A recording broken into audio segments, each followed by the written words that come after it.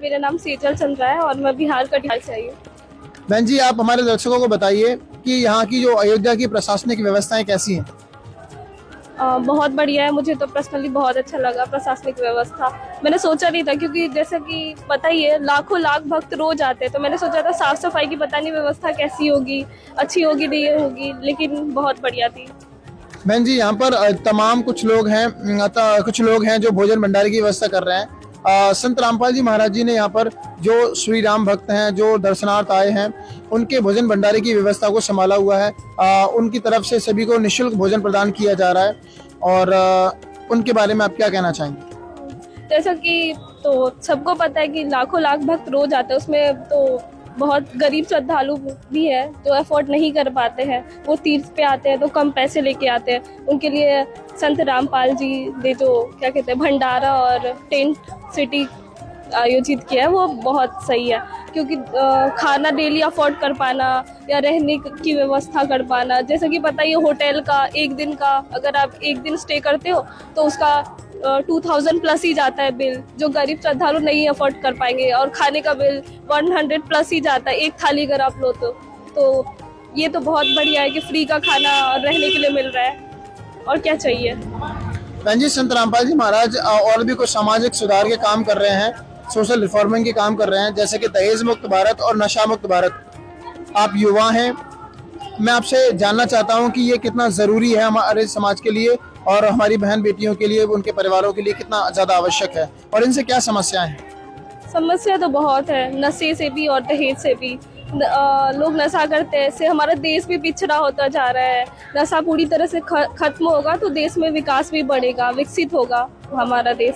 और दहेज तो उसकी वजह से तो पता ही है, हजारों मौतें होती है हर साल, लड़कियों को मारा जाता है दहेज की वजह से। तो ये तो बहुत पिछड़ा हुआ है, इस सब से आगे निकलना बहुत जरूरी है।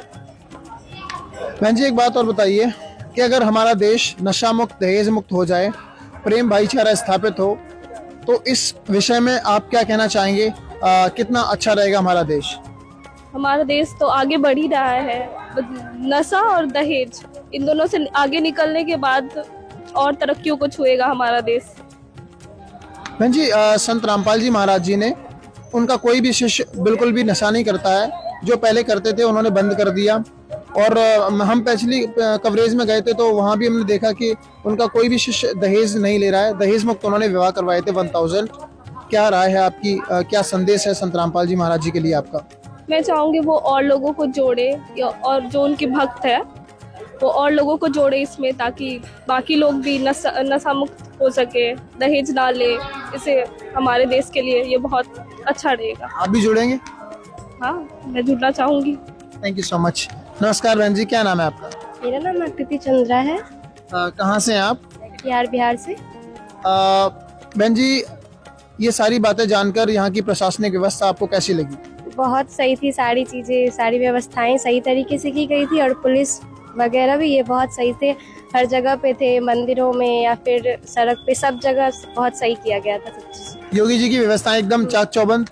हाँ सही है, सब चीज़ सही है, इनकी बहुत अच्छी व्यवस्था है हर चीज़ में। योगी जी के साथ आकर या फिर यूं कहें श्रद्धालुओं के लिए संत रामपाल जी महाराज जी ने यहाँ पर भोजन भंडारे की व्यवस्था भी की है। क्या कहना चाहेंगे आप उनके लिए?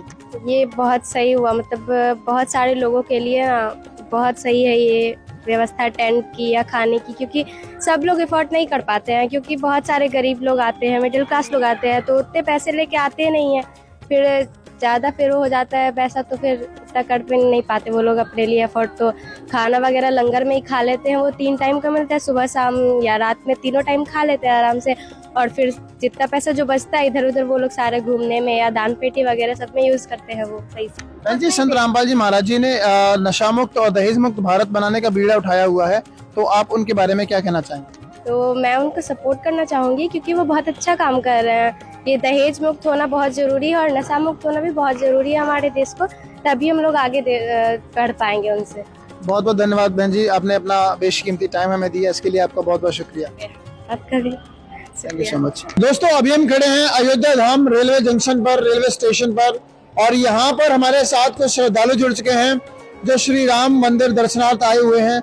आइए जानते हैं कि यहाँ की प्रशासनिक व्यवस्थाएं कैसी हैं और क्या कहना चाहते हैं उन लोगों के बारे में जो श्री राम भक्तों के लिए भोजन भंडारे की व्यवस्था कर रहे हैं। नमस्कार सर जी, क्या नाम है आपका? मेरा नाम तुषार सिंह है, मैं लखनऊ से बिलोंग करता हूँ।